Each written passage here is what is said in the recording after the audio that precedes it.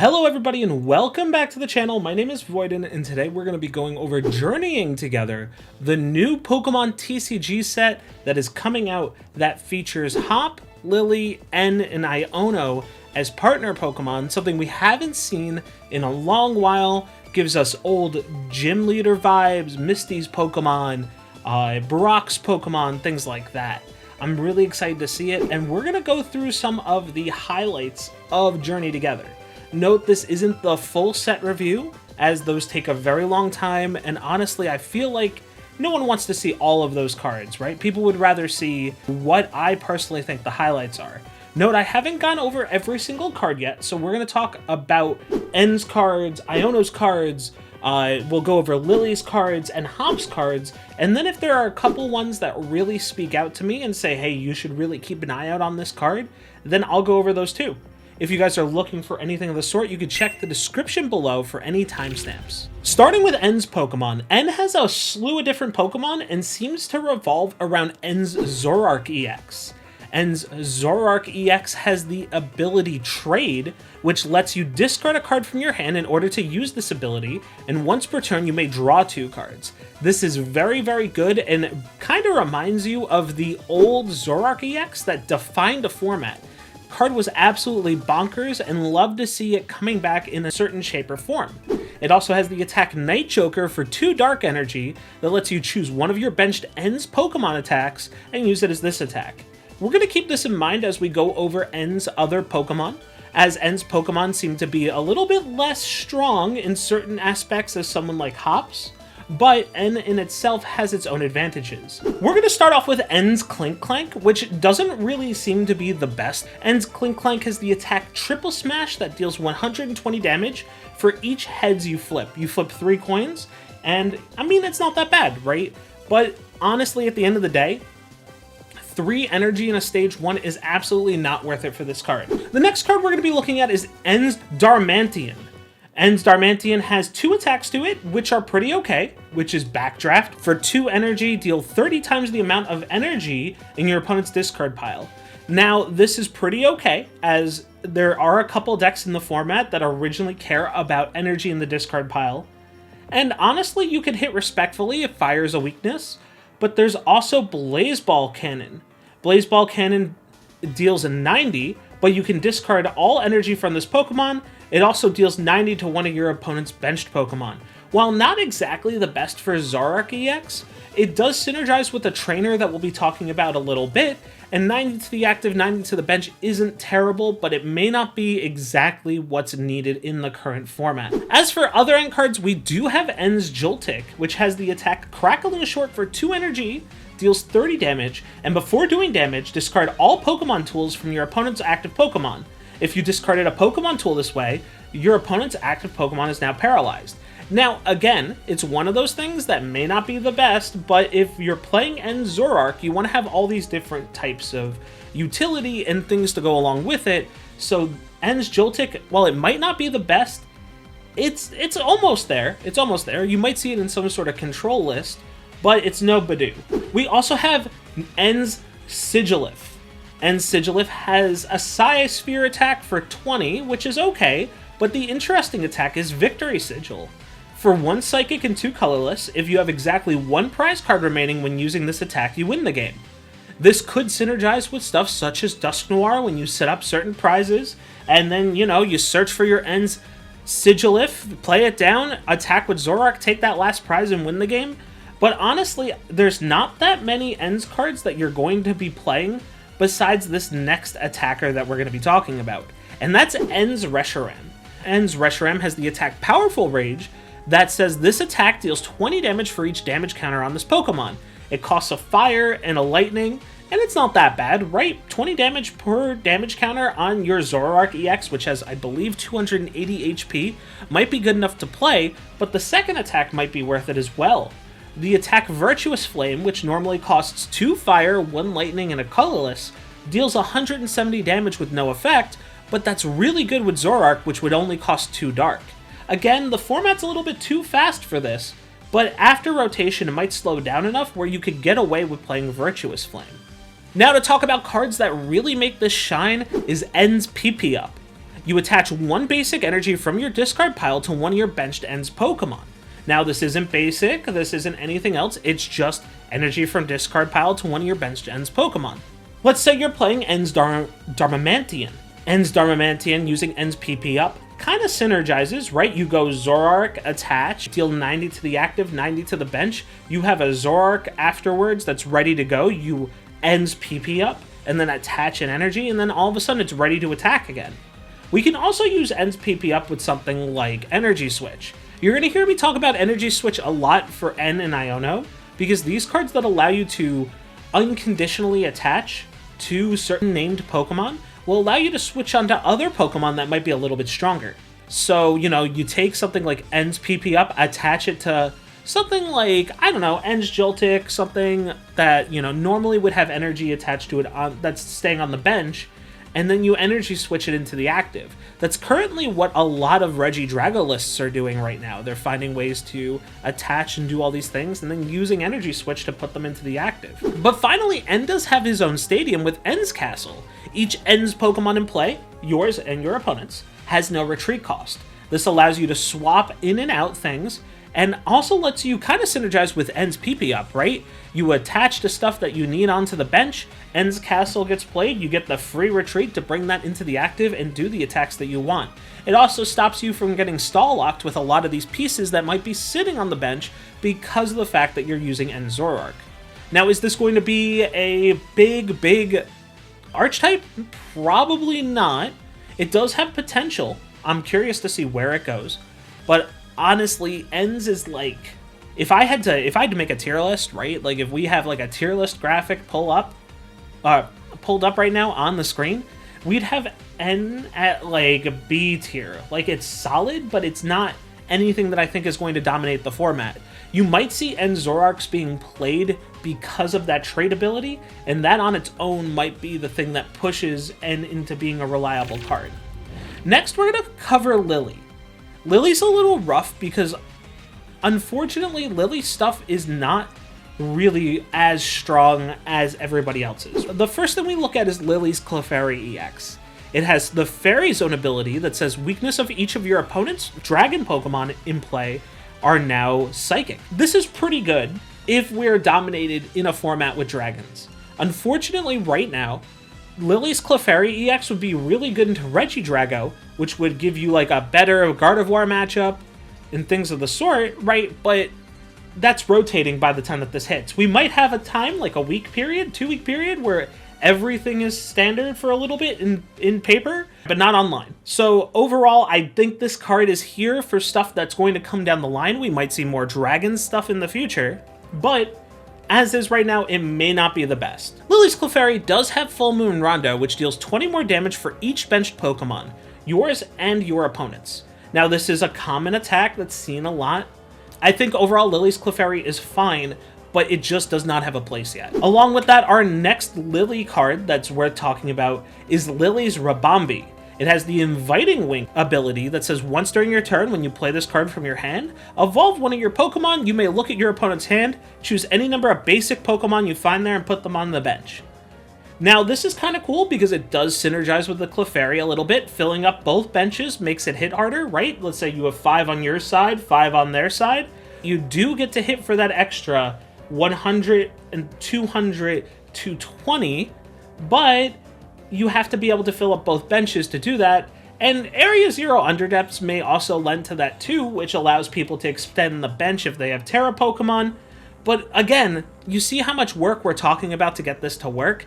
Lillie's Ribombee is good, but it may not be played as often as we see unless there's a deck that specifically wants your opponent to fill up their bench. We do have the Poke Flute as well, which allows you to get basic Pokemon from the top of their library onto the bench as well. So we get these things where we can kind of manipulate their bench and mess up their bench. Lillie's Ribombee is a good card, but I don't think it's good enough to see play in anything else besides a control deck that would normally not want to play this anyway, because you're playing Flute. And the last Lillie card that's not her trainer card is Lillie's Comfy. Lillie's Comfy has the attack Flower Invite for 1 colorless, which lets you search your deck for any number of basic Lillie's Pokemon and put them on the bench, then shuffle your deck. It also has the attack Fade Out for 1 Psychic, which deals 30 damage and allows you to put this Pokemon and all cards attached to it back into your hand. Now, overall, is this a great card? No, but if Lillie gets more support in the future, which we don't know if she will or not, this will be very good to play. Finally, we do have Lillie's item card, which seems to be Lillie's Pearl. If the Lillie's Pokemon this card is attached to is knocked out by damage from an attack from your opponent's Pokemon, that player takes 1 fewer prize card. Again, it's pretty good.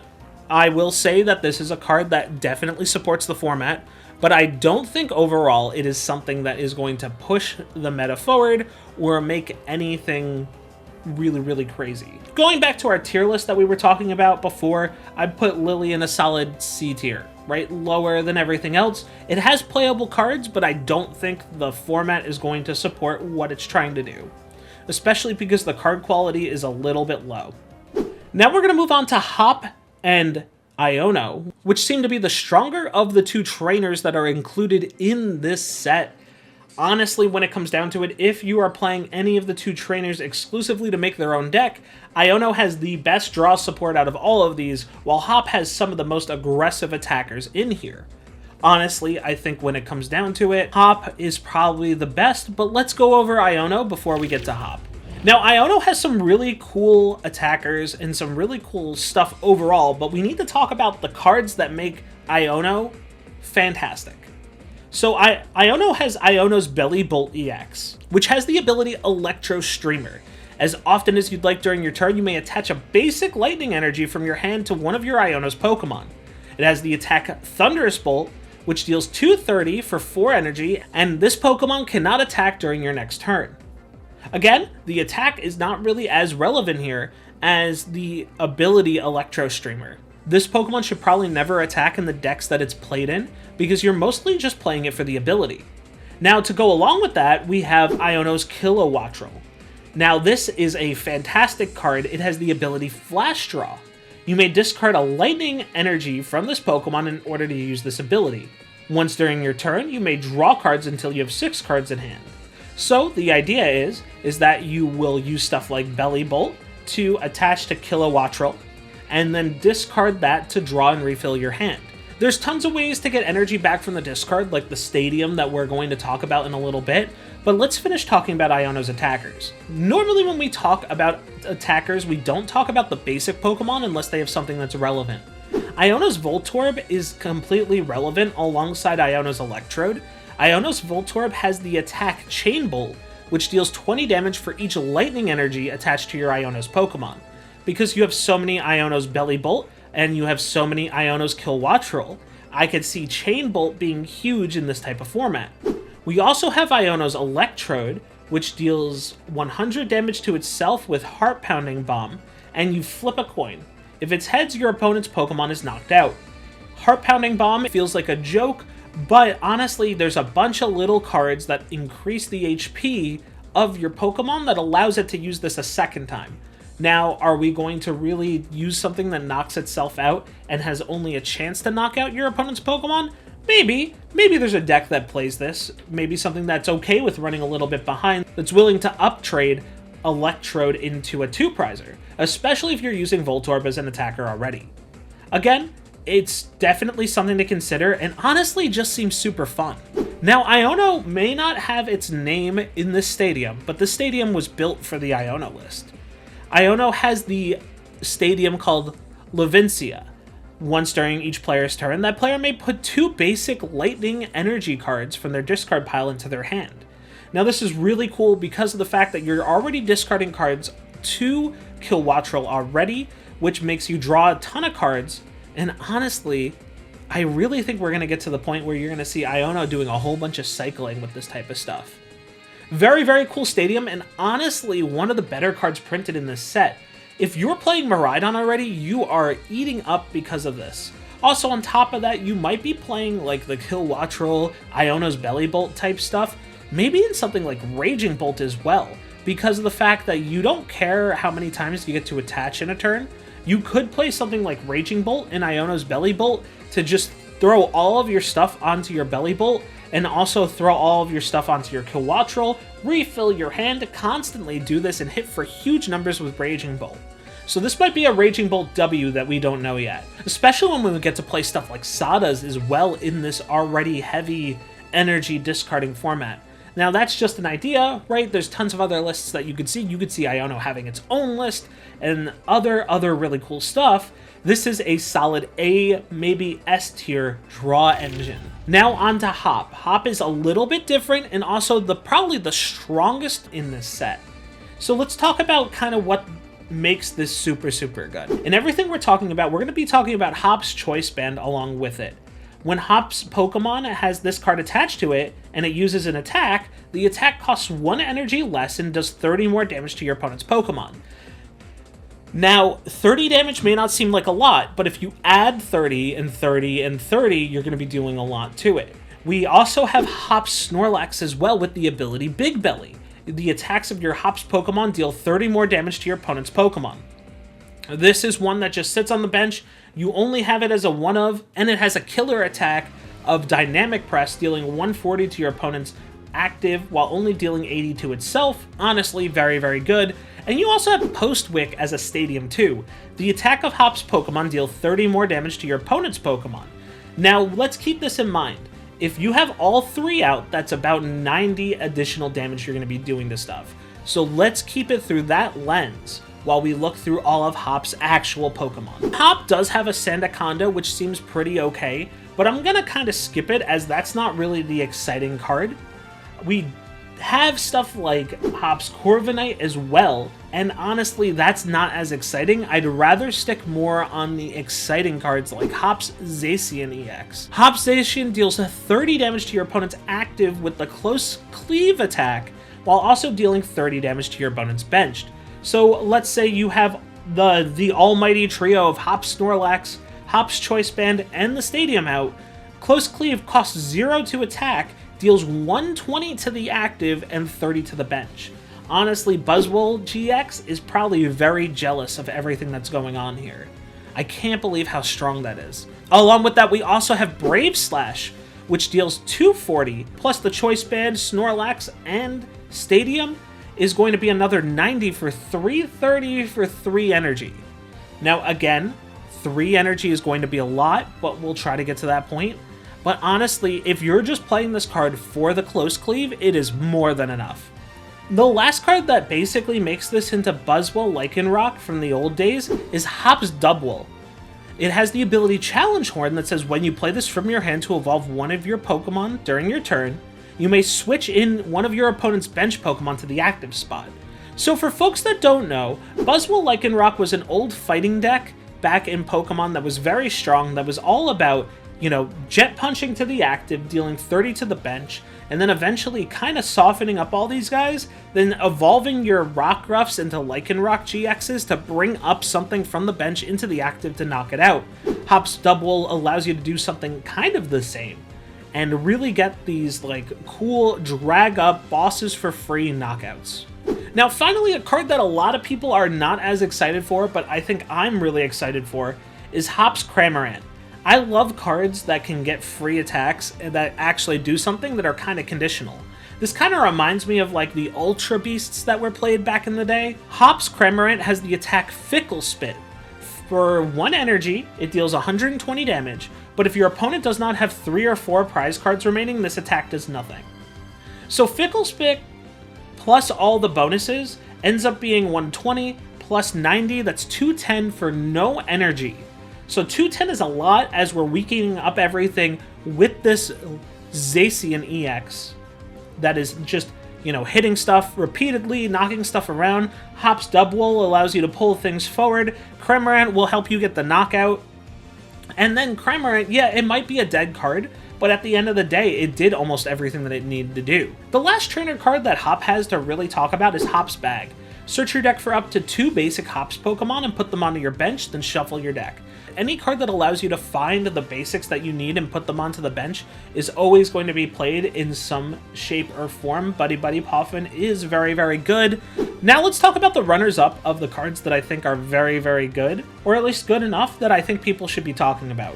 So one card that I really like is this Spike energy that's being introduced. As long as it's attached to a Pokemon, it provides a colorless energy, and if it's damaged by an attack, while in the active spot, it puts 2 damage counters on there. This is going to stop Pokemon that deal very in the attacks to try to wear stuff down and allow it to kind of, you know, take some damage in return. So Budu might be in trouble as it's dominating the format with Spike Energies in there. Spike Energy also synergizes with the new Lycanroc. Lycanroc says when you play this card from your hand to evolve your Pokemon during your turn, you may attach up to 2 Spike Energy from your discard pile to this Pokemon.